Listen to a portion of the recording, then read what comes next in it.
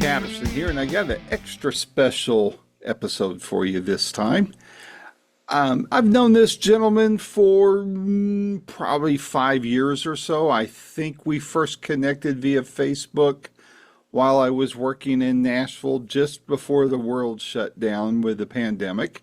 We were, unbeknownst to each other, in some of the same shows, one being a Toto show at the Ryman, because he and I both are friends with Toto's Steve Lukather, with he being closer to Luke than I, but we were both in the same room and didn't know it.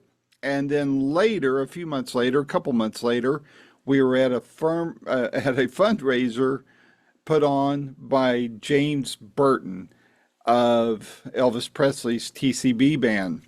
And who I'm talking about, of course, is Darin Scheff. Now, you might think, all right, what does Darin Scheff have to do with Toto or with James Burton? Well, let me go back in history a little bit. You know the Elvis band I just mentioned, the TCB band, or the Take Care of Business band. Well, along with James Burton was, as Elvis put it, on the Fender bass, Jerry Scheff. Well, Jerry is Darin's dad. But it doesn't stop there. Darin also has a brother who is pretty well known. You may have heard of a little band called Chicago. Well, Darin's brother is Jason Scheff, who was with Chicago for, I think, somewhere around 25 years. He took Peter Cetera's place and helped Chicago record a ton of songs, was a fixture there for many years, and is still missed, even though the band's still going strong and they've got good replacements for Jason. They miss him in Chicago. So anyway, Darin and I have been kicking around the idea for a few years to do an interview, and finally we're doing it because Darin's got a single out, and in the near future, or in the next few months, he also plans on putting out an album. And so we talk about all that. We also talk about his dad and Jason. It's a fun, laid-back interview that I think you guys will thoroughly enjoy. Elvis fans will, because anything connected to Elvis, people like to hear about, and you'll definitely want to hear about this because he shares some inside stories indirectly tied to Elvis. If you're a Chicago fan, you'll hear what Darin has to say about his brother Jason. So all in all, no matter what, you're just going to love this interview. Darin also runs the Nolensville Feed Mill in Nolensville, Tennessee. It's a little town about southeast of Nashville. I think the website is nolensvillefeedmill.com. You can just Google Nolensville Feed Mill and you will find it. And when you click on the site, you'll see Darin's picture right on the front. I encourage you to check it out. They got a bunch of great Amish stuff there. And if you're in the Nashville area, it's definitely worth your trip down to Nolensville to check out the feed mill. And if you happen to see Darin there, tell him Randy from Boomerocity sent you. While you're listening to this interview, if you don't mind, would you hit like? And if you're not already a subscriber, would you please subscribe? I'm not going to charge you for it, but it sure helps us out a lot. And please share this with the Elvis or Chicago fan in your circle, because I think they're going to enjoy this interview too. So without any further ado, here is my first of what I hope are many, many more interviews to come with Darin Scheff. Until next time, this is Randy Patterson with Boomerocity. Take care. I forgot to hit the record button. There it goes. Go. So how is your dad doing? I keep track a little bit of him on there, and I've been trying to get him for an in-person Zoom interview, but he doesn't want to do them. I interviewed him years ago by email when he came out with his book. And Yeah. I just wanted to get his voice on, but how's he doing? I know he's getting up there in age, but it Yeah. still looks good from, at least as far as social media is concerned. Yeah. I mean, yeah, he's like, pushing mid 80s and what's really fun about him is that just a couple months ago, my brother Jason says, "Hey man," he goes, "I'm doing this gig out in Las Vegas." And he goes, "I'm going to be singing some tunes with Blood, Sweat, and Tears of all bands, the rival band to Chicago back in the day." Mm-hmm. And so He goes, and we're doing it at the Westgate Hotel, which was the International, the Hilton International that Hmm. Elvis graced that stage in those dinner shows. So Jason goes, "You got to come out here, man." He goes, "Because we're going to be on the same stage that we used to sit up there with Elvis with the percussion player and watch Dad work, you know." And he goes, and so none of us have been there. Not even my dad has stepped on that stage since Elvis's passing. And so Jason goes, "I'm getting Dad out there." And so he goes, "You got to come out here." And I had a lot going on. I ended up flying out to Vegas. Oh, probably within like the last 8 hours. I like booked a flight really quick and just got on it and I got out there and I'm glad I did because we walked downstairs backstage at the Hilton International, which is whatever it's called, Westgate now. I think it's Westgate, but Yeah. they don't have a backstage. It's actually down in a basement. Their backstage is down in a basement. And we went down there. It was just incredible being with our dad. And he's going, "You remember when you guys we're doing this?" And Jason's like, "You remember this weird little passageway here?" And Elvis's suite was back here. And we were walking into these things. My dad was going, "There's Ronnie Tut's room. That was my room. There's, Glendy Harden's. There's James Burton. And here the stamps were over here." And it was incredible, man, to be down in there. And my dad just, so it was fun, man. We went out there. So that was a nice thing, to just kind of bring it back around. And my dad, Jason was doing some songs and he goes, "Hey, I'm going to bring my dad out on stage." So I was in the audience. And so we get out there. My dad comes walking out and he doesn't know what to expect, but this crowd. And here he is standing on the same stage he did. And the balcony's still the same up there, And the only thing that's different, there's just seats in rows, not the dinner tables like they had back in the day, but they were all seats Yes. down there. But it was really cool, man. We're like down there and I was sitting in the audience. My dad comes out on stage, and I'll tell you, my dad's been around the world. He's been with the big boys, right? Bob Dylan, Elvis Presley, Elvis Costello. I mean, you name it. And so I don't see him get too emotional over a whole lot. But when he walked out over onto that stage and the crowd just went bananas, he got up there and started talking. And he's like, "Man, this is my son Jason." And he's like, "Yeah, yeah." And there's Darin, my son. He's out there. I used to bring these guys here and they'd sit up here at the percussion. He's telling the whole story. And the place is just loving it. And so Jason goes, "Here, Dad, I'm going to put a bass on you." And because of his hearing, at this point, it's hard, for him to get with a group of musicians because if things get Yeah. off, he can't, you can't really get it together completely. So Jason goes, "You just start playing Fever." And he goes, "And I'll sing to it and I'll just follow you. We won't be doing a band thing." And so, because then he's right in his element. I mean, he's just right where it needs to be. Just walking it, huh? Yeah. So he starts in with that and Jason starts singing. It's on YouTube. People can go watch I it if they want. saw it. I saw it. And what it cracked me up is your dad just kept telling stories, you know, and Jason sitting there just dying, and your dad would go, "Oh, and there's that time," and then he goes into another But let story. me tell you something else. Jason goes, "There he goes." Yeah, and it was funny. And so in that one part of Fever, they're like, my dad just stops right after the first chorus and goes, "Hey, do me a favor." You probably saw it. He goes, "When you're singing, you give me fever all through the night. Please don't stare at me when you're singing that." He goes, and so they start this over. And of course, the crowd came unglued. So, I mean, that was a fun thing. And I'm glad I went out there because that probably never happened again, Yeah. obviously. And I think the Westgate had my dad come out there for like the anniversary of the 69, the very first show. It came up, I can't remember. So they flew him out there about a month later. But that was great for me and Jason to walk around there. And Jason, he's got such a good memory. My memory is so sharp. He's like, "You remember we were down here and we were walking through this hallway?" And I'm going, "Oh my God." He's the kind of guy that's like, "You remember when I was 4 and you were 3 and you stole my dirt and I hit you in the head with a shovel?" I'm going, "No, I don't remember that." Guy And remembers that's why you everything. can't remember it. So, That's exactly. That's probably right. I'm gonna. You're the blame for my now, bad memory. Yeah, you hit me. Anyway, now, how old is your dad? he's either 84 or 85. Yeah, because my mom's Okay. 88, and I think he's 3 years younger than her. So right around there, 84, 85. Yeah, Yeah, my dad's yeah, 89. 89. I'm his caregiver. I yeah. don't know if I told you that. He's got Alzheimer's, and I'm loving it. Yeah, I mean, it gets tiring sometimes, but I'm cherishing sure. those memories. And I know I can relate you. My dad didn't grace big stages, but he's a rock star in my life, just like yours is to Yeah, you. And man, we gotta enjoy them while we can, don't we?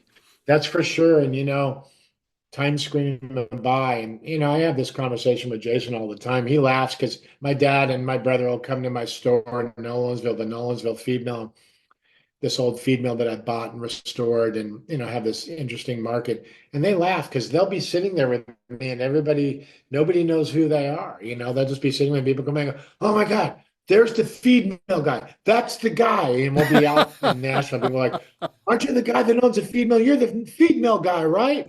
And they crack up. They love it. It's like they're like, dude, that's your stage, and it really is. It's funny. And they love it. They eat it up. They're just like, look at you, man. You got like more people know you publicly than they do us, which is probably true because I'm a face in the community and all around Nashville. Those Yep. guys, you hear them on the radio every day, but you probably wouldn't know them walking by unless you're like a super fan. But yeah, Right. so it's kind of funny. But I, somebody asked me the other day, they go, why didn't you perform and sing? I go, because I didn't like it. I love writing, I love singing, I love recording, I love producing music for people, but I never felt comfortable like singing, getting up on stage. I didn't like it. And I didn't want to do it. I still wouldn't want to do it, even with what I do now. I don't like it. It makes me uncomfortable. And that's why I never did it.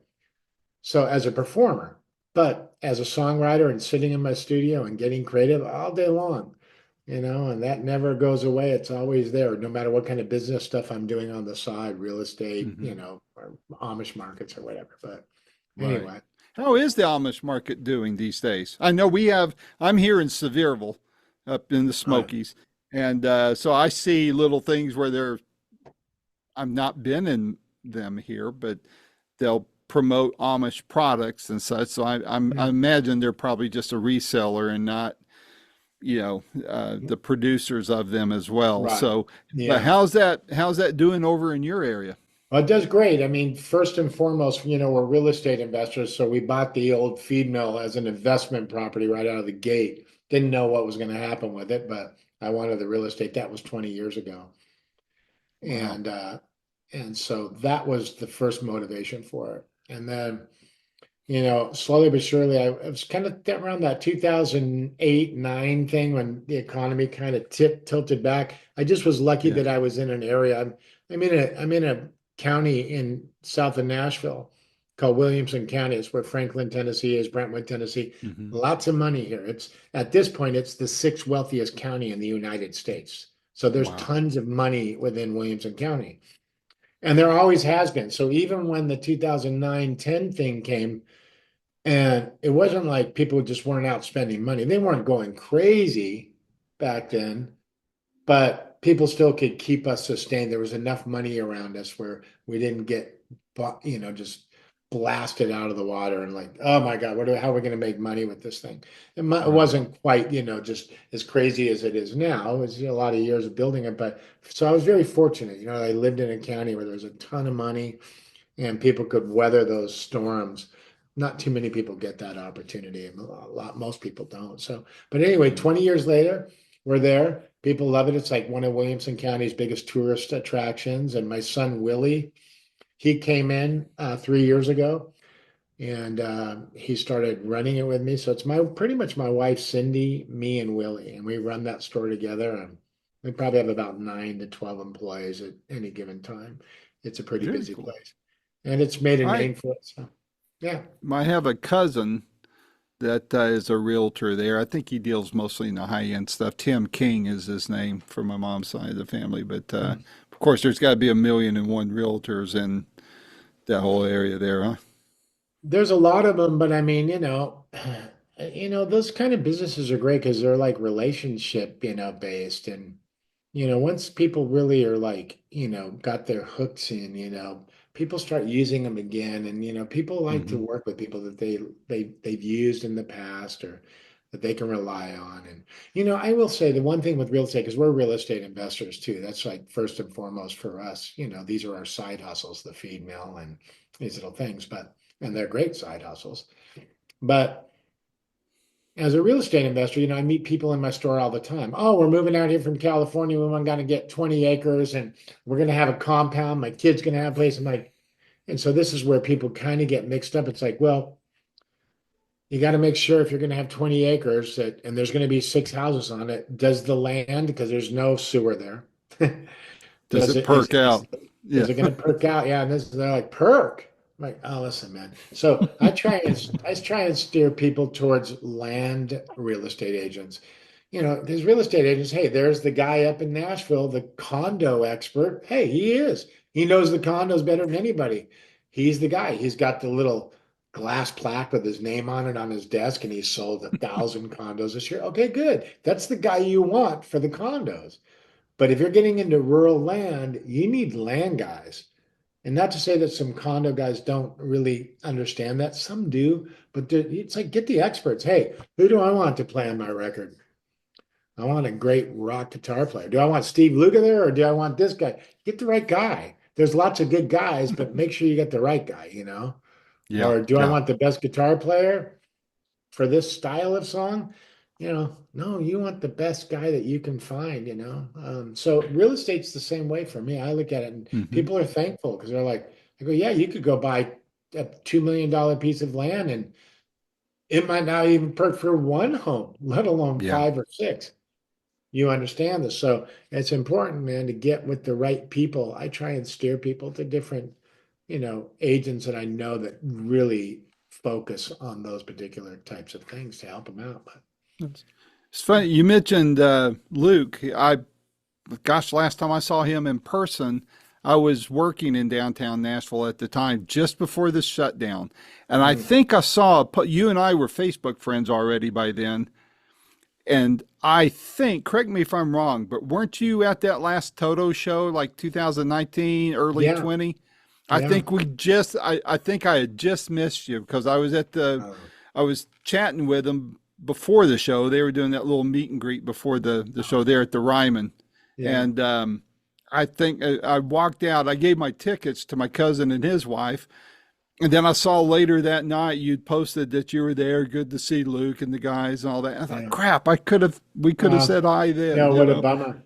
Yeah, it was Yeah. interesting. I haven't seen him in a long time. What's interesting is I had a publishing deal in Hollywood, as a songwriter, but my main career out there that I made a living with, and actually ended up doing pretty good with my publishing deal, but my main career, I was a hairdresser, makeup artist, and I worked on a lot of MTV videos for different people. I worked on movies of the week, feature films, and it's funny, I did a fair amount of salon work, but that was in my early days of just getting out of cosmetology school. But yeah, it's funny looking back at pictures. I see Luke's like first freaking mullet, and it's like, I remember cutting that on that dude.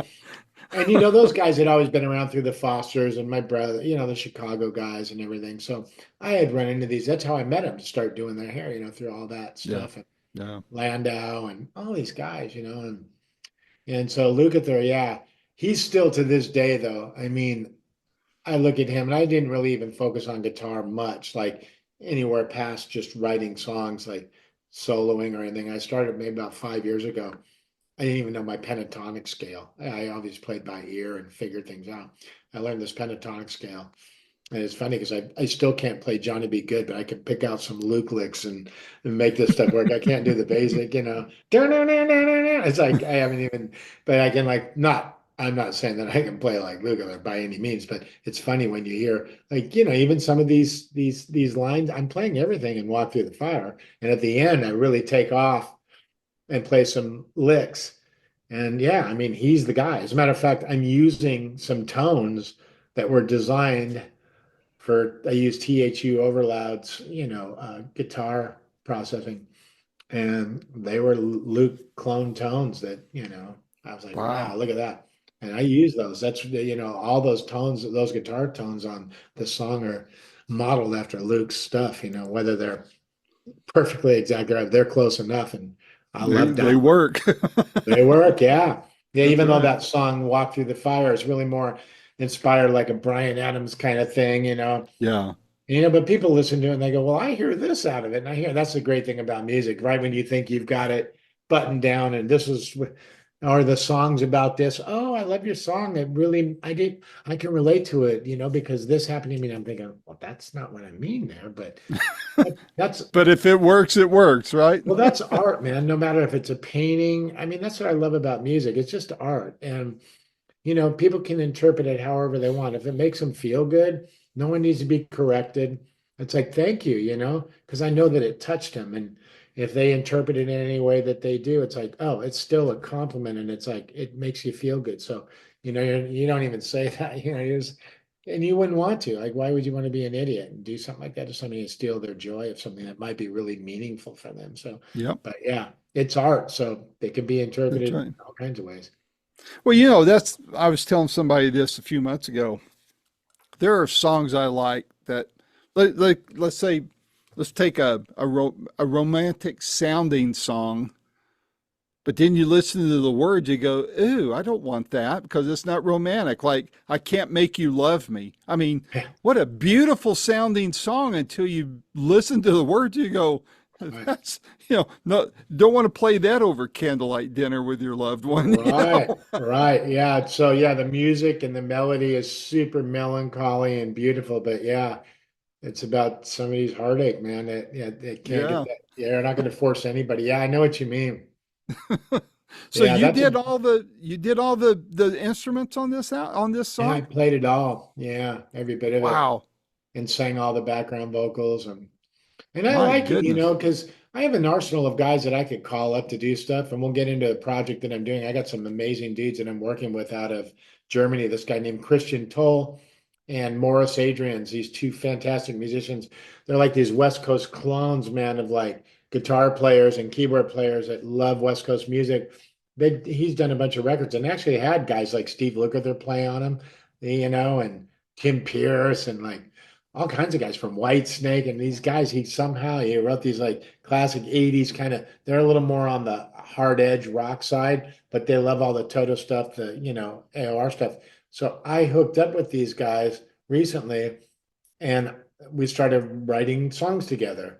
And I'm bringing more of that West Coast, Foster piano thing in there. And these guys, so imagine like, and this should, hopefully these things will be done by the end of this month, but like one song, it just could sound like a mix of like, Def Leppard meets Toto, and or Motley Crue meets Chicago. I imagine how contrasting that is. But with me, the way that I write, these guys kind of just play guitar parts. I write all the lyrics and I write all the melodies, and then we flush stuff out. But these guys are super talented, and you can go to their website like christiantoll.com, Uh-huh. Tolle. And Morris Adrian's, man, he's a banker, man. And this guy like plays like, you know, everything. And he's like insane, super incredible. And so we got that project coming out. That's going to be a nice project. So, we got that coming out. When do you think that'll release? We're hoping to get it done by the end of this year.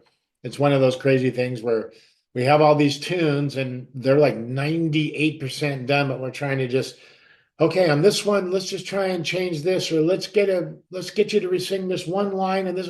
I finally was like the other day we were laughing. I go, hey guys, let's just pick one tune and let's dial in what everybody needs to do on it. And we're like, oh yeah, instead of having 10 of them and getting lost in emails. So now we're focused. It's like let's just all work on this one. Let's don't even talk about the other ones and what needs to be done because we get excited. Oh, by the way, I got a new thing that I added. Boy, it could go down a rabbit hole, right? So we're focused that way, which is going to be good, and things are getting done. And we're almost at the finish line, but it's just some of the smallest stuff.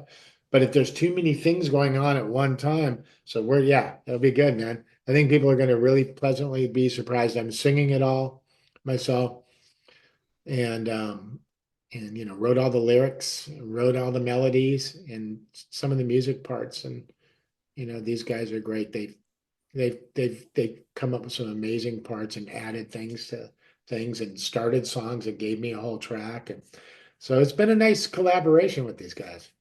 Very nice. Technology like this makes it so much easier to do, even though you're on the other side of the world from each other, Yeah. huh? Yeah, it really is amazing. And we all have good enough gear now. And that's what's wonderful because there's so many opportunities, and people can hear each other, and they can find each other. There's other people I've met on the internet too that that I think when I finish this, I'm gonna go after these guys, not to do like a whole project like I'm doing with Christian and Morris.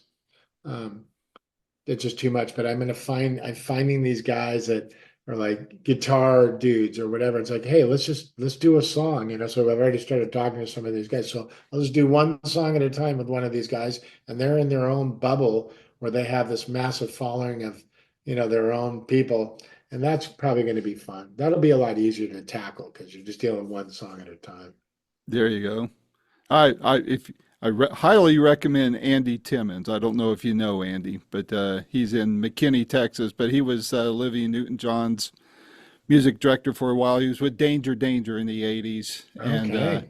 Luke thinks the world of him. He and I are friends, so I'd be more than happy to make the introductions if you need that. Perfect. But on Thank you.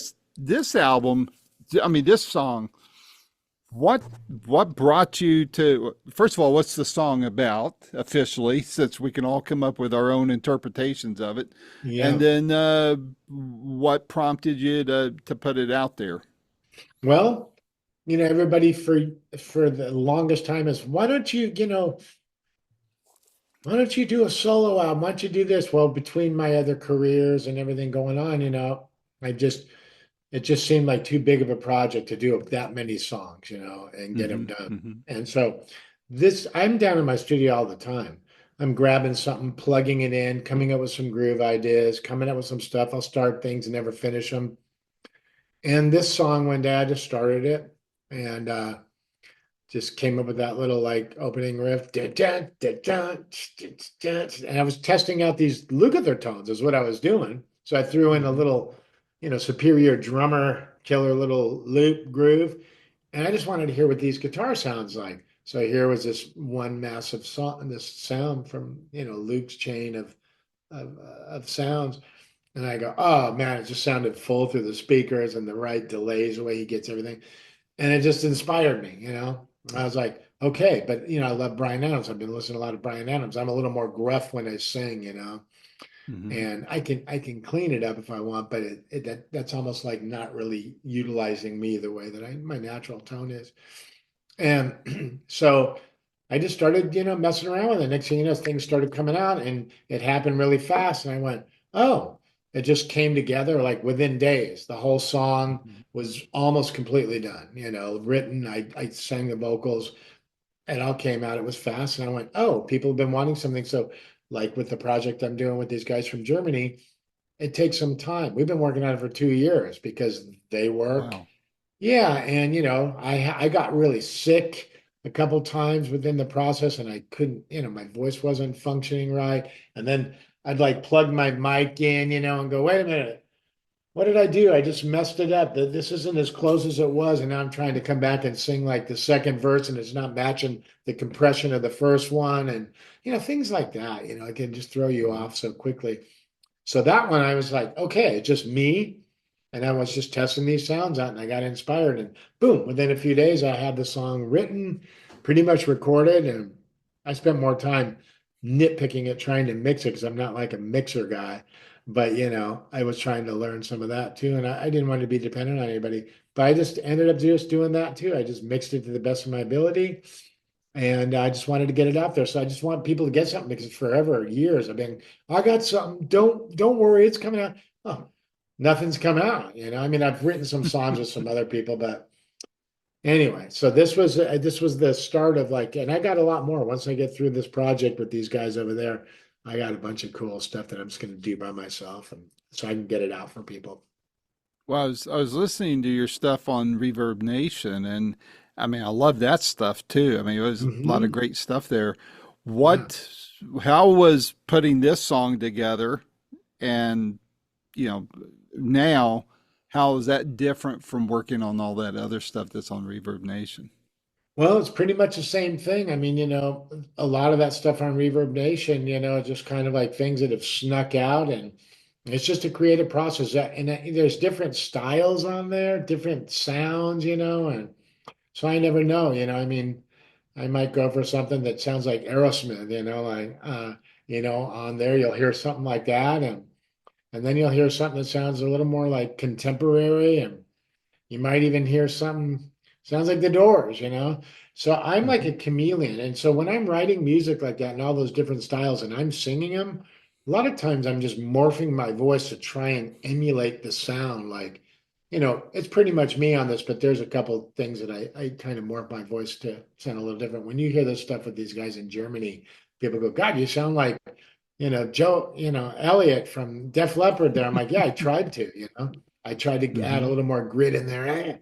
Whoa, for backgrounds, and they're not going, whoa, they're whoa, they Got to just put the sound edge this to it. Def Leppard thing, so you're trying to get that in there and you're imitating these guys, and a Hmm. lot of guys don't quite imitate him. They'll just go to their own vocals and use that as an interpretation. But I like emulating. Wait till you hear some of the crazy Bon Scott high dog whistle notes in some of these metal tunes I'm doing with these guys. That take me a little time to get those out because it wasn't, they're super high and it was really working on the tone. And so it's fun. You hear a lot of me in these songs, but I get to certain parts and it's like, wow, that sounds like Bon Scott right up there, in that. And I'm doing that on purpose, Not that I'm Hmm. good to that level of those guys, but I have fun just emulating them. I'm like, yeah. So that's what all this is about. I just kind of like I get inspired by whatever makes you want to do it. Brian Hmm. Adams for this tune, Def Leppard for one, Chicago for another one, Toto for another one. I got a beautiful ballad that's people are going to flip Hmm. out with on when it comes out. Were there any surprises while you were putting this song together that kind of caught you off guard? No. No. Nope, some songs just come out like this and it's over with, and you hear every songwriter say that, even a guy like Bernie Taupin, You hear these guys like Lukather, all the greatest songwriters, man. These guys will be the first ones to tell you, I write 20 of them, and I'm lucky if I love two of them, That's just us. I could play every song for somebody that, might really appreciate what I do. And I love that one. And it could be the one that I hate the most, but I shouldn't say hate, but just, oh, but anyway, so no, I mean, it's just a process and it's fun and it's therapy. And when it comes out really fast, like this did, it makes it, it's so effortless, it's like even the Yeah. parts, Yeah. even all the parts I'm playing, they just all came out really easy. Some things I really need to sit there and try and work out, like I'm not this virtuoso guitar player. So sometimes I'll sit there and go, okay, I'm hearing this guitar part, but I'm not quite capable of doing it. So I'll get a variation of it. And I like that process, So, I mean, Hmm. when it comes to writing this stuff, it's like anything, somebody could sit there and throw a bunch of paint on a canvas and something beautiful could just come right out of them really quick. And other times you're like, oh, I've been working on this and I keep tweaking it out. And some they never finish and some they do. It's just art, And so Right. you probably Right. know what I'm talking about. It's like that's why everybody has an arsenal of more stuff in bits and pieces undone than they have done.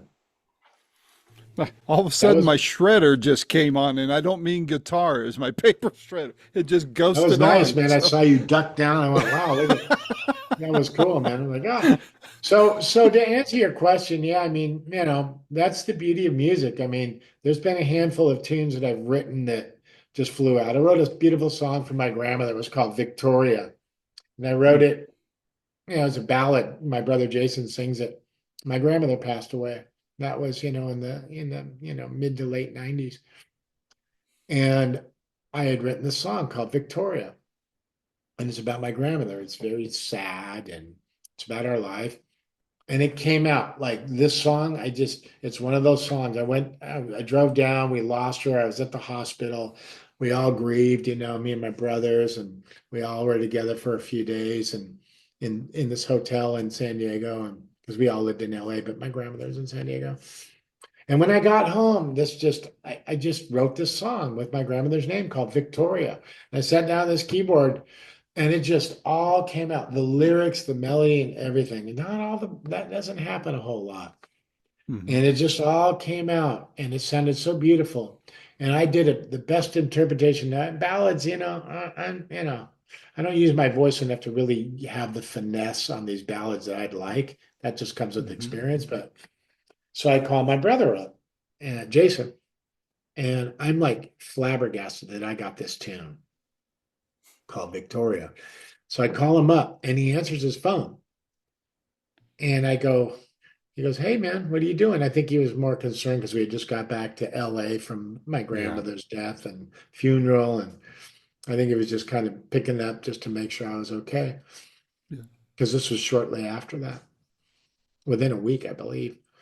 And so he goes, "Hey, what are you doing?" I go, "Man," I just wrote this beautiful song called Victoria. And he goes, "Oh, really?" And I go, "Yeah." And I go, "You got to hear this thing." And he goes, "Okay." I go, "What are you doing?" He goes, "I'm in a rehearsal." This was Chicago. He's in the middle of a rehearsal with these guys. I go, "Oh, you want me to call you back?" He goes, "No, I know, I want to hear it." He goes, he goes, I go, "Okay." And so I had my little Fostex 8 track. I recorded it on that, you know, and I put my phone up to the speaker and I played the whole song down for him. And he goes, "Can you do that one more time? Let me hear that one more time." And I went, "Sure." And I knew I had a beautiful song. I knew I had a beautiful melody. I knew I had a beautiful song about my grandmother.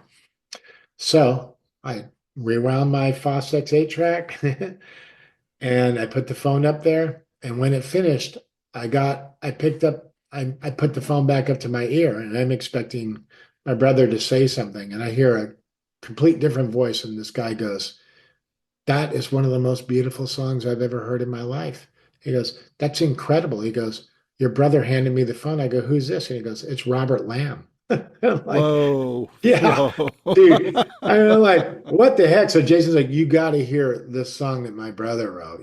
I mean, this is Robert Lamb. This Yeah. is the dude. Yep. And so I'm getting chills just even telling that story because my brother's always believed in me. I just didn't live it and breathe it like he did. He's Yeah. always been the Yeah. guy like, "Man, my brother's got more hooks in a tackle box, man." This guy's like, he'll tell everybody that. He's like, "Yeah, I love him, man. He's my hero, man.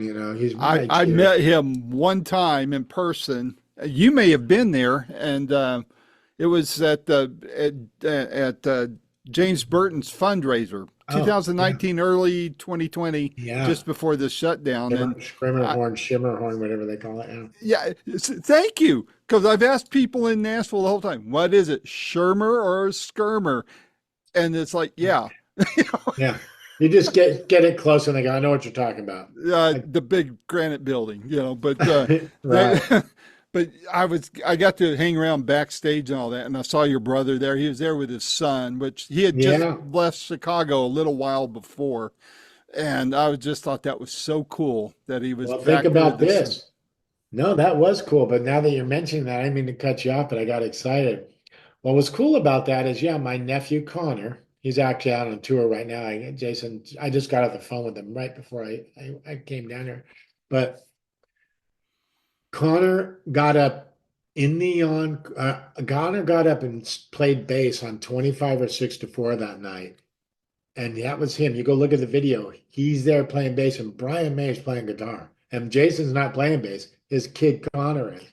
And dude, that was like, Golly, these guys are fantastic. So is JJ, my brother's other son, man. He's producing all this music. These guys are fantastic. Incredible, man. Just, real current with today's stuff. But anyway, yeah, you'll see JJ up there playing bass, and there's Jeff Skunk Baxter up there. There's yeah, all these yeah, guys, man, and my nephew's up there and he's tearing it up. He's not up there because he's my brother's kid. This guy's like a solid musician and yeah, incredible, and has yeah. been since they were probably like 10 years old. Honestly, I'm not saying that because they're my nephews.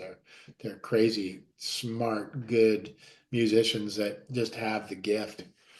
And but anyway, so that's great that you were there that night. But you Yeah. mentioned JJ. It I blew my mean, mind seeing Brian May and Joe Walsh doing Rocky Mountain Way together. I mean, that's what I'm talking that was about. one for the history books, no? Yeah. So, Well, yeah, I mean, you think about it, it's like here's James Burton.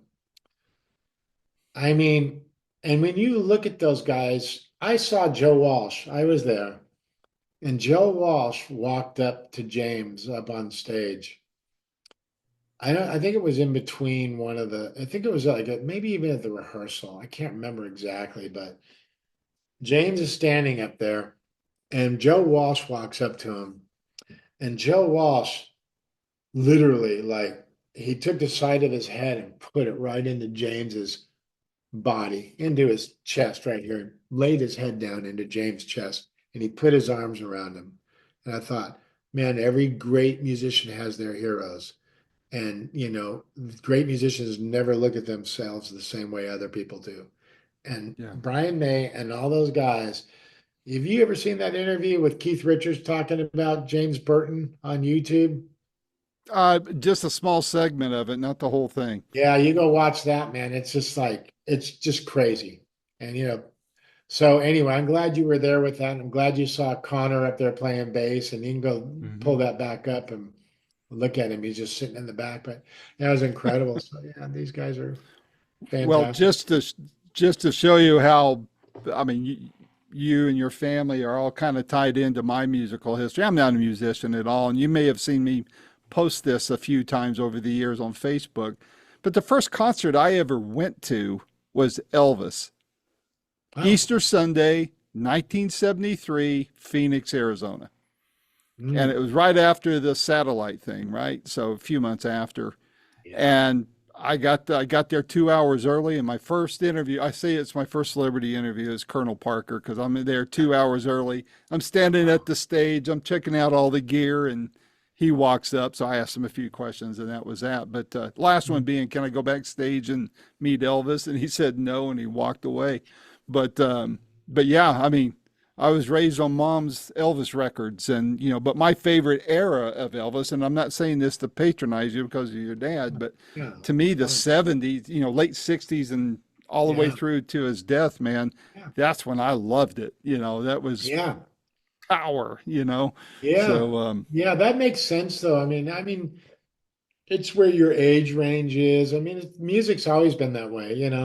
I mean, you see mhm. people that, love Chicago. Well, there's the guys that are in their 70s that were like the very first. CTA stuff. Yeah, I mean, it all makes sense. Then you get to, your 70s, your late 60s, 70s, and then you get people that are like in their 60s, like me.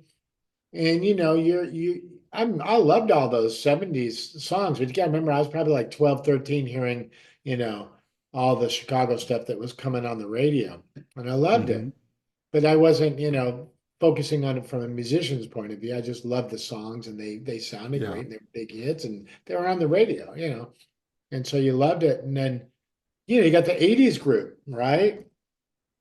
The 80s version of this. Man, so now the 40 and 50-year-olds that are, and maybe even in their 30s, this is their music, Look Away, Jason, Will You Hmm. Still Love Me?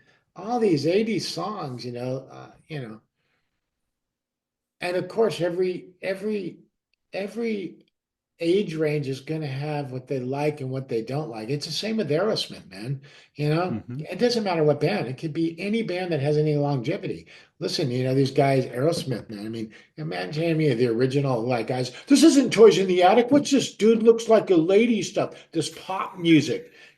How dare you sing Love in an Elevator? That sucks. This isn't Aerosmith.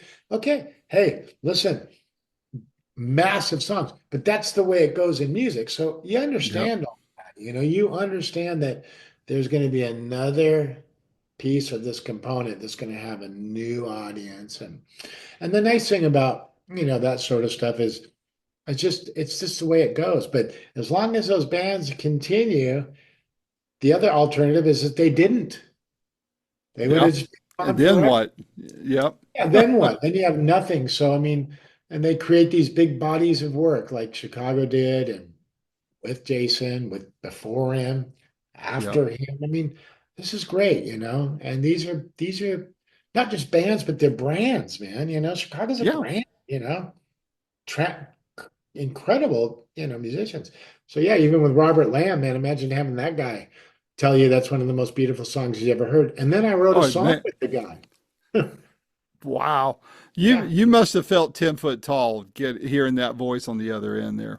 I did, and the only other person I mean, my brother always validated my songwriting, and it wasn't because I was my brother, he knew what I had. I just didn't live it and breathe it like he did. The only other monumental point, and I got something to surprise people with pretty soon.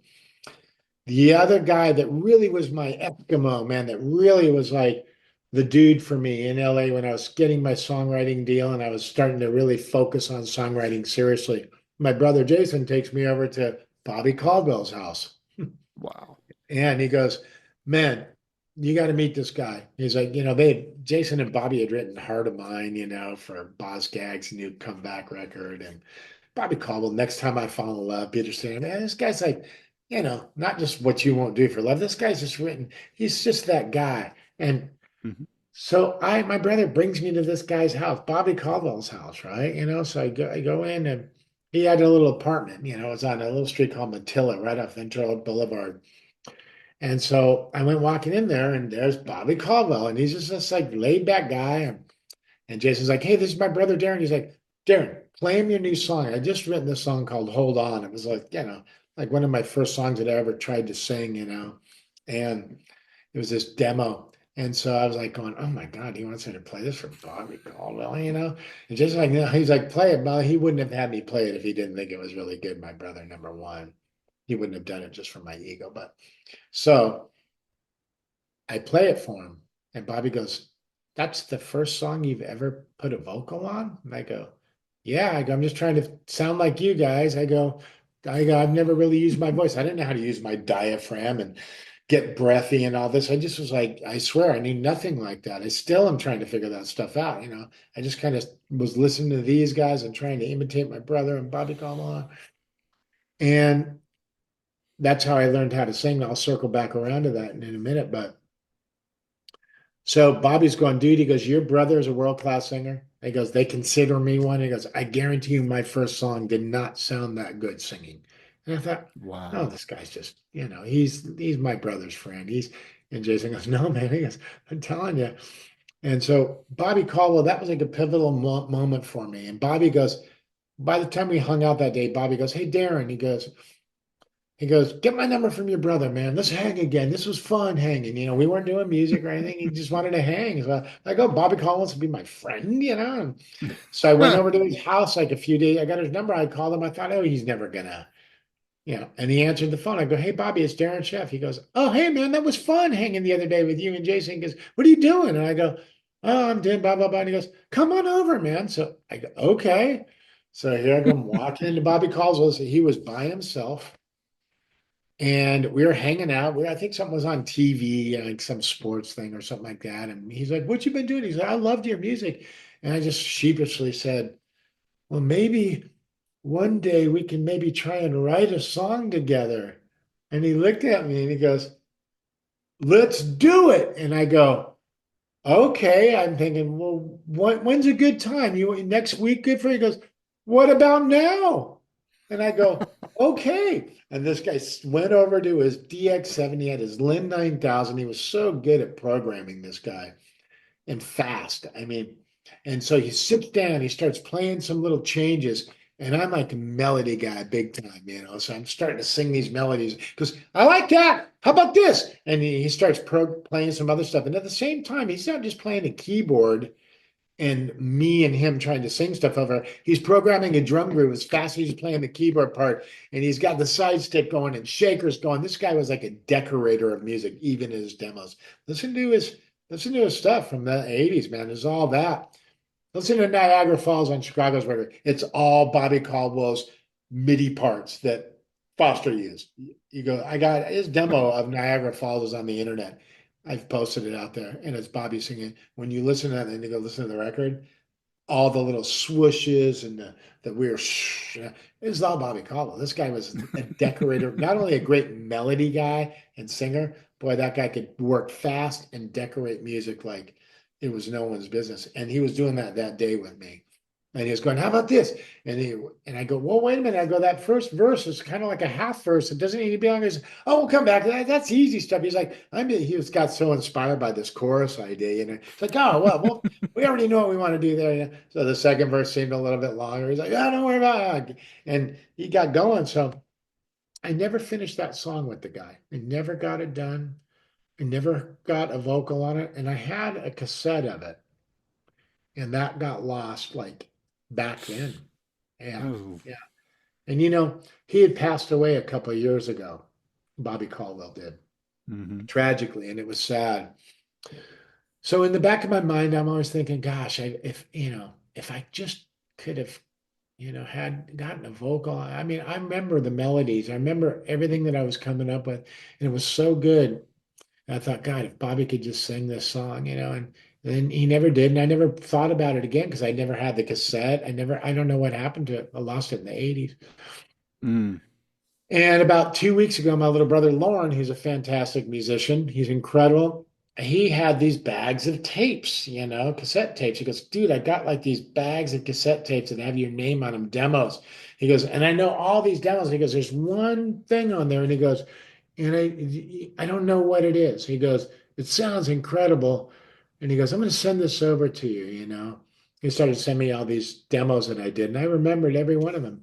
And all of a sudden, he goes, but I don't know what this one is. And he sent it over, and that was Caldwell on that. Whoa. Yeah.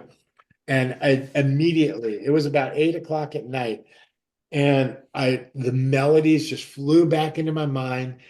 And I took that cassette with the hiss on it, and it's so old, and it's not in 440 tune, it's like probably a half step off. I took it into Logic and told my wife, I said, I've got to go down to my studio right now. And I dropped that wave file in there, and it doesn't lock up to the grid or anything. It's not in tune at 440, but I didn't care. I heard all those melodies and I sang them down. And I remember what Bobby was singing. And then I tried to, emulate his voice to a degree to try and get it Wow. right. And I just finished that up. And then I've basically, I think I'm gonna get that out there. I think Bobby Caldwell people will flip out. I think it'll be a nice thing for his beautiful wife, Oh, to yeah. hear something Yeah. like this again. I'm gonna get a hold of her when I finish this up and make sure I got all this publishing stuff right before I throw it out there. But man, it was like to find that again. And I played it from Jason, and I was like, dude, I go, you gotta sing this thing for me. He flipped out. He goes, yeah, this is like incredible. So that was a little gem that just came up, and it's weird how that circled back around because he was my guy. He was probably, him validating me, Robert Lamb, and my brother's always been in my corner. But when Yeah. you got guys like Robert Lamb and Bobby Caldwell, it doesn't get any better than that. No, it doesn't. But Yeah. you're talking about how not even hearing that song for how long, 30, Yeah. 40 years. Right. And that to bring it back around to me talking about the Elvis concert I went to, just to Oh, show you how songs stick in, Elvis introduced a song he says is going to be out on my new album. It's called I'm Leaving. And so after that concert, man, for years, I was trying to find the album that song was on. Well, in early, well, no, it had to be sometime in the late 90s. I belonged to the Columbia House thing, and they had a deal going on, and I got a box set of Elvis stuff called yeah. Walk a Mile in My Shoes. Oh, yeah. And it had that song on there. I didn't know it was going to be on one of the discs, and I popped it in right away. I said, I got to hear that song and see if I remember it right. And Darin, it was just like with what you experienced with your song you were just talking about, hearing that. I mean, I could see Elvis. I know I was snuck behind row two and was crouched down before they kicked me out of there. But I was watching him sing that song and, the band all behind him and all that. And I remembered it. I didn't know all the words, but I Yeah. remembered enough of them at the right points. It's like, wow, I can't believe I remembered it. There was no Yeah. surprise there. It's Yeah. amazing how the songs for people, anybody, any kind of song, any genre, can burn into people's memories and never be lost. Pretty And wild, man, that's a, because yeah, I hear you, man. And it's wild because I heard it immediately. I mean, the whole thing. I remembered it and I just came down and I just sang it down, man. Just got these lyrics finished up, and I had to really think about Bobby. He always liked to, he sung songs with about, the most sappy love stuff. It was great. He was the best at it. And he liked to use words, women's names for something like Janet. And I thought, oh, you know what? Because I had to finish this lyric, and go, oh, Bobby's not here. He's really the guy. So I had to write these lyrics. I didn't have him around to do it, but I just started thinking, oh yeah, he likes to use women's names. So I came up with this really exotic name called Amara. And so the title's called Falling for Amara. It's like a typical Bobby love song. He's falling for Amara, you know, and I really tailored it, just the melody and the he liked to use the words like he'd be singing, darling. He always used the words darling.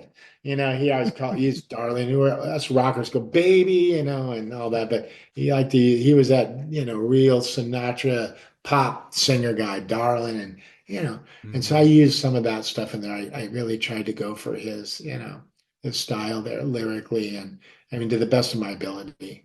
I think people are going to be really happy with it. And it just makes me sad to think that he's not around to be able to enjoy that. But I think But when his people wife hear is. it, his wife, Mary, yeah. Yeah. So I'm gonna surprise her with that. I haven't wanted to pull it out yet, but I will soon. I need to get a hold of her and just make sure that all the publishing stuff's right and before I throw it out there Yeah. Yeah. and make sure that, she's cool with all this stuff. And I'm sure she will be, but yeah, that's going to be a nice surprise because when you listen to it, it sounds like this track, even though it's on a cassette and there's hiss behind it and everything, it's Bobby Caldwell. It sounds like Next Time I Fall in Love. It sounds like, all the 80s stuff that this guy did. You Hmm. hear him playing this stuff and the style of it and his tones and his sounds. You hear the same sounds on other tracks that he did within those 80s eras. And you hear this, it's Bobby Caldwell putting that track down. There's no mistaking. And it's wild. So yeah. That was so cool. I can't wait to hear that. Yeah. But we I we, can't wait. we got to definitely get together when this album comes out with your friends in Germany, and Yeah. let's talk it up before you drop it, so that I'm not Rolling Stone magazine, but we got quite a few people that No. will watch and listen, and of course I get a good tracking of Elvis fans and such as well. But I would love to do my Me part to help too. plug the music. Yeah, you might have one or two there, that right? So, That's the great thing about, Elvis and Chicago and Jason Scheff. And, because I've had a lot of people over the years go, well, hey, you're lucky your brother's this guy. I'm like, I am lucky. We're all lucky.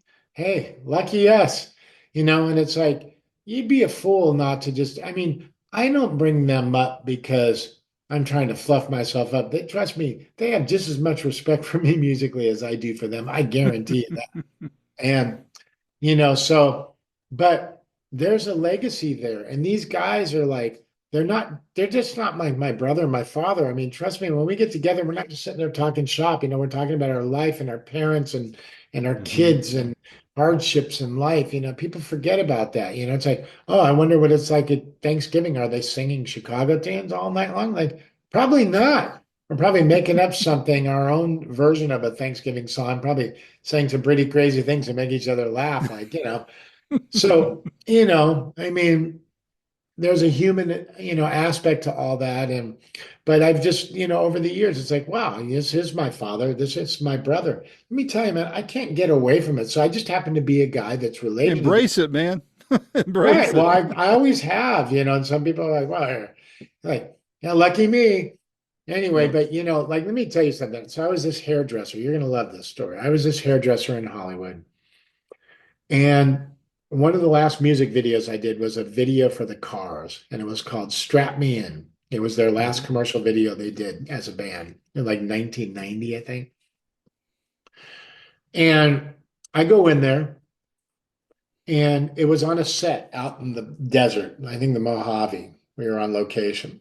And I was just excited because, I mean, that Cars debut record, The Cars, come on, man. Mhm. I remember that in seventh grade. I mean, it was just, and I was starting to play music. So that stuff really started making some crazy waves, and hit me in a good way, this new wave, kind of like weird, country guitar playing over this. You freaking listen to Elliot Easton's guitar solos are like country over this like new wave music. It really was something different. But so I am just doing my job. So I'm not dealing with anybody except the principals, the band, in other words, in this video. Mhm. There's plenty of videos where I was working on, but okay, I wasn't working with the principals. I was doing some of the models or extras and the Right. actors. And this one I was working with them directly. So I go in and the first guy I deal with is Elliot Easton, the guitar player. So he's sitting in this chair. I'm standing behind him. We're looking at the mirror, you know. We're both looking at each other in a mirror that's in front of him. I'm behind him. He's me. He's looking in the mirror. I'm standing behind him. And he goes, "Do you play music?" And I go, "I do." And he goes, "Oh, really? What do you play?" And I go, "Oh, a little bit of guitar, a little keyboards." I go, I like to write music. I'm not like a performer guy. I like to write music." And he goes, "Oh, good." And he goes, what do you like to write?" And I go, "Just anything that's inspiring, you know." And he goes, "Oh, good." I goes, Matter of fact, I just actually signed a publishing deal." It's right when I signed my publishing deal. He goes, "Oh, you got a publishing deal?" And I go, "Yeah." He goes, "And you do this?" I go, "I just got it." I go, "But yeah, this is my career." But he goes, "Well, you must be pretty good if somebody signed you at a publishing deal." And I go, "Well, I think so. You know, I hope so." And, you know, and he was going, "Well, that's exciting. Because have you ever had anything cut?" And I go, "Well, ironically, I just got my very first cut." And he goes, "Really?" And I go, "Yeah." And he goes, "Well, congratulations." He goes, "What is it?" I go, "It's on Chicago's new record coming out. It's a song called If It Were You. It's on Chicago 21." And this guy looks at me and he goes, "Hey, wait a minute." He goes, "You got a song on Chicago's new record?" And I go, "Yeah." And he goes, "Man," he goes, "isn't that new singer fantastic? That guy, that new singer." He goes, "He blows my mind, man. His voice is incredible." He goes, "He just got right in there and he just added his thing." He goes, "But you know what's even crazier than that guy?" He goes, "Do you know who that guy's father is? That singer of Chicago?" And I'm like sitting there, "This is a true story, man." And I'm going, he goes, "No, no, no." He goes, "So that guy in Chicago's amazing." But he goes, "His dad?" He goes, "Do you know who he is? Jerry Scheff?" And I go, "Oh yeah, I know who he is. I still didn't let him in on it." He goes, "Oh no." He knew his discography from, you know, he's like, "Oh man, that guy played on, Mr. Bojangles, man." I mean, he's like, he knew everything. He was like, he was Elvis Presley's bass player, man. He played on the Doors stuff. He's going crazy. And I just couldn't hold it anymore. I just look at this guy and I go, "Well," I go, "ready for this?" I go, "My name's Darin Scheff." And he goes, and I go, "And Jerry Chef's my father, and Jason Chef's my brother." And this guy, like, he literally, I went from like starstruck. I'm in the Cars video working with these guys, Rick Ocasek, come on, Benjamin Orr. I mean, these guys are the freaking like cream of the crop, freaking like superstar musicians, and rightly so, deserve it. These weren't like some little dudes winning the lottery. They were talented Yeah. guys, you know. And so I'm like excited being in there. And out of nowhere, he goes, "Your father's Jerry Chef? Jason's your brother?" And I'm like, "Yeah." And he goes, "Rick." And he's yelling for Rick Ocasek. He's like, and Rick's in the other room. I'm kind of in this like hairdressing room outside this little lobby area where the other guys were waiting. And so Rick comes in, and Rick's not animated like, me and like big expressions. "What?" It kind of Very comes in. stoic. Yeah. "Yeah, what?" The Adam's apple. "What? What's going on?" He's like, "Man, you'll never believe this. You know who this guy's father is?" And Rick's like, "No." Yeah. And he goes, "His father's Jerry Chef." And Rick goes, "Oh, wow. That's incredible." Because he was just it was his demeanor, but they had to both talk about it in their private thing. It wasn't that he didn't get the same excitement. He just didn't express it the same way. But Right, it was right. funny, man, how that whole thing. I've told my brother that story. I've told my dad. It's a good one to tell, man, because it just tells you how fantastic these guys are. And I hear all the time, like, "Hey, those were some big shoes for your brother to fill." And you know what? Yeah, I mean, Peter Cetera, world-class singer, man, incredible, super talented. It's like, and I try and remind people, it's like, well, why do you think they chose him? Because he couldn't fill the shoes. It's Yeah, like yeah. they make a decision like that because the guy's feet fit in the shoes. With all due respect, at the bottom line is, and I tell people this, this is my brother. This isn't his thought process. This is all mine. I told somebody, they go, "Man," I go, "Yeah, they were big Chicago, man. The mix of the jazz, the rock, the pop, the time frame." But you got to understand, my brother joined that band in what was it? Uh, Early, 85, 85 yeah, I was going going to into say early to 86. mid 80s. Yeah. 85 going into 86. My brother was 23 years old or 22, Wow. 23 years old. My brother and I, when we were 13, 14, 15 years old. I was playing Kiss songs still. And I was playing, trying to figure out an Elton John tune. And I was trying to figure out a Foghat tune. My brother was listening to Weather Report, Jaco Pastorius. He was listening to Tower Hmm. of Power. He was listening to Al Di Meola. He was Wow. listening to Return to Forever, Chick Corea. And Yep. not just Yep. listening to it, he played it all.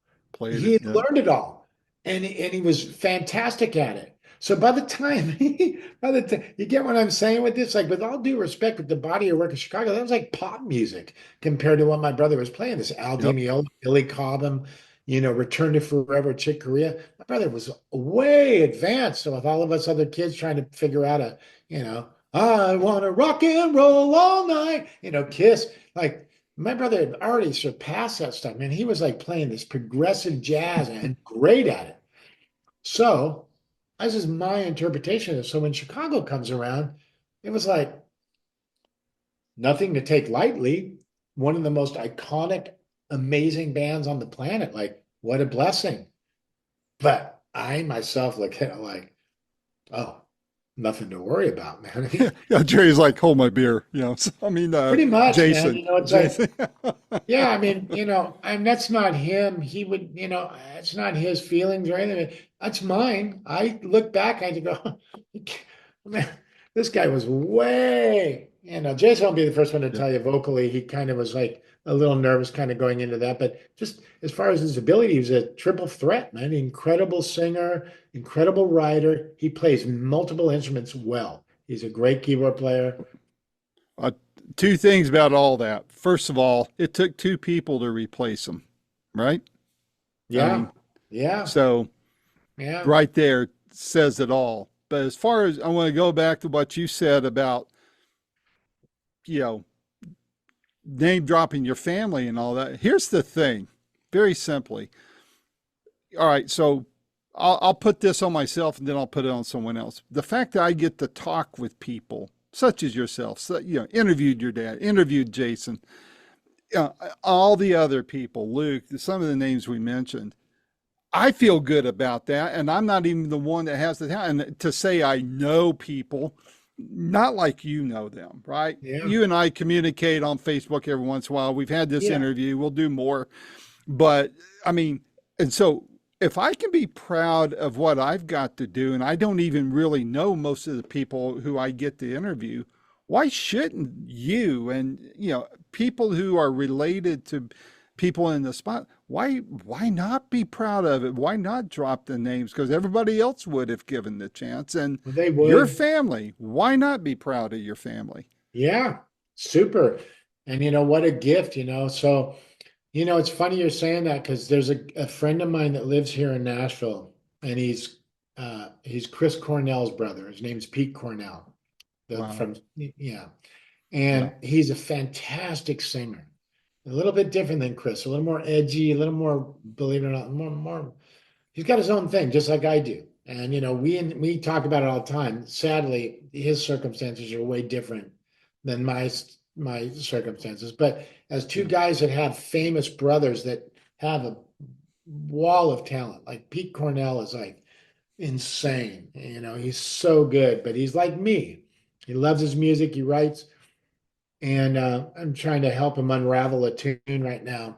And we've been working on it. One of his tunes from like that he did from the '90s, and he never released it. And so we went into the studio up in Nashville and tried to unpack these tunes that were done in Pro Tools. But if this guy, so we got one of them kind of sorted out and unpacked. But he's another example. It's like, yeah, this is Chris Cornell's brother, but Pete Cornell can deliver, you know. All of us have the ability to deliver. And Yeah. so it's one thing to have the family name and not deliver. I don't mean that arrogantly, but we're confident enough. And and Pete's the same way, and I can't wait for him to finish this tune up. I think every fan of Chris Cornell is gonna just a lot of them have already heard some of his stuff, but they're gonna flip out. Well, when he gets close to dropping it, man, I'd love to talk to him, help him plug it, for my part. And Yeah. Yeah, There's a lot of Chris Cornell fans in my orbit, so it would be a pleasure to be able to yeah, chat with him yeah, about it, and then if he comes out with a whole album, we can talk then too. But yeah. I know we need But to he's just wrap up another here. guy that he's another guy, you know. It's like, oh, you're Yeah. riding the coattails. It's like you can't, what do you mean riding the coattails? You're just blood, man. You know, me and him talk about this all the time. It's like they forget that we're brothers and we like, you know, ran around the backyard and rode bicycles together. I like, Yeah. you know, it's like, hey, we can't help it that, you know, we're blessed with what we do. And, you know, this is Mm-hmm. it's like nobody Mm-hmm. plans this out. It's like just in our DNA, you know, but we're still just so anyway, but no Yep. problem. Yeah. Yeah. No, Lucky I think us. it's great. Yeah. Lucky us. Oh, you're lucky. It's like, thank you. I know I am. Yep. You're lucky you Another grew up thing around that. You're right. I am lucky. Thank God, you know? Well, man, this was a lot of fun, Darren.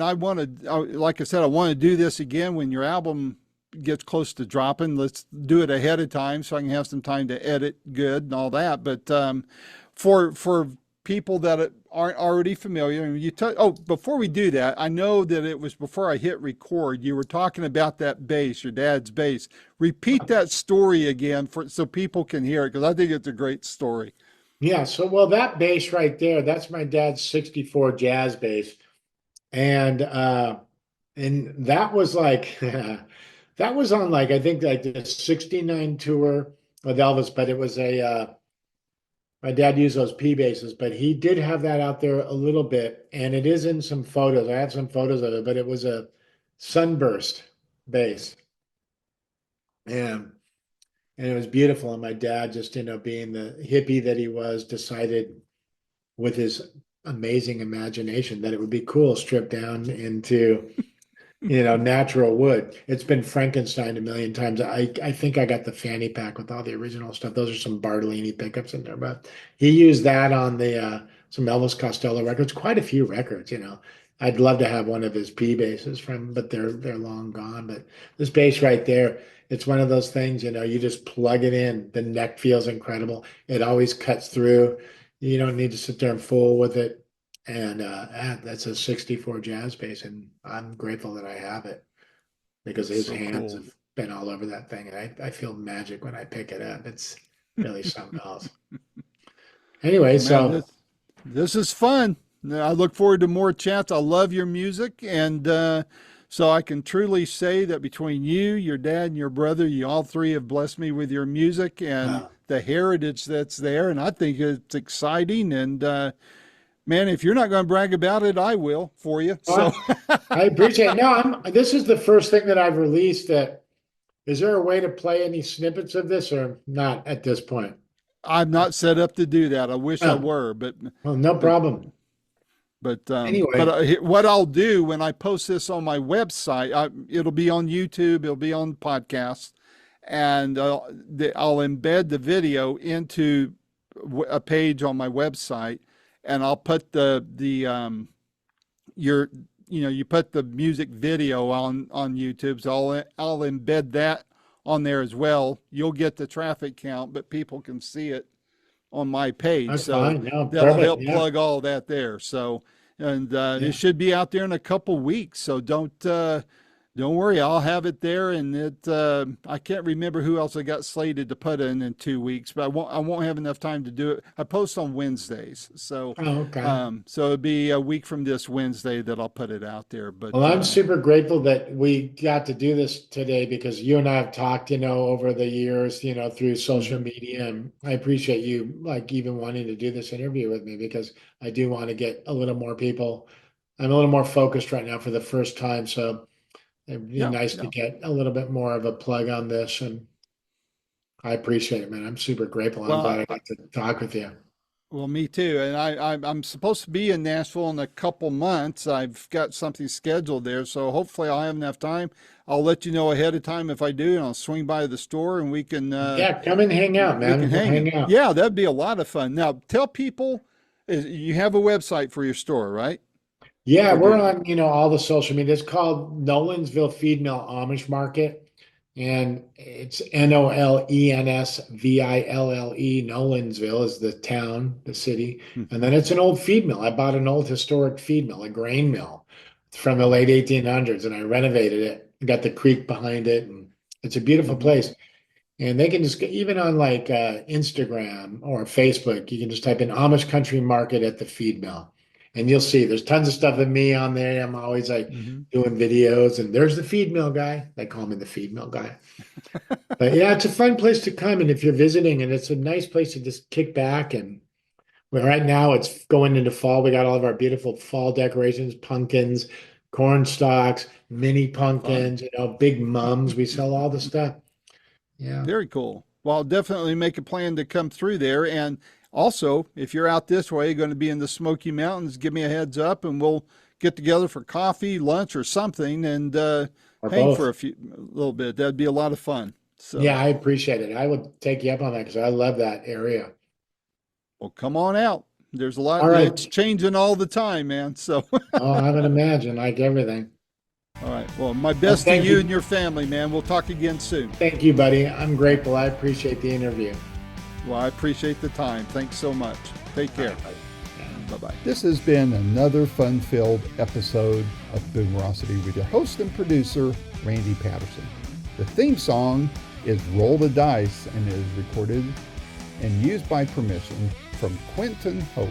Quinton is spelled Quinten, and Hope is Hope. And you can find out more about Quinton at quintonhope.com. Post-production is done by Cardinal Sins Productions. The Boomerocity name, logo, and content is copyright protected. Segments may only be used with written permission by Boomerocity and/or its assignees. Inquiry should be directed to input@boomerocity.com. Copyright 2025.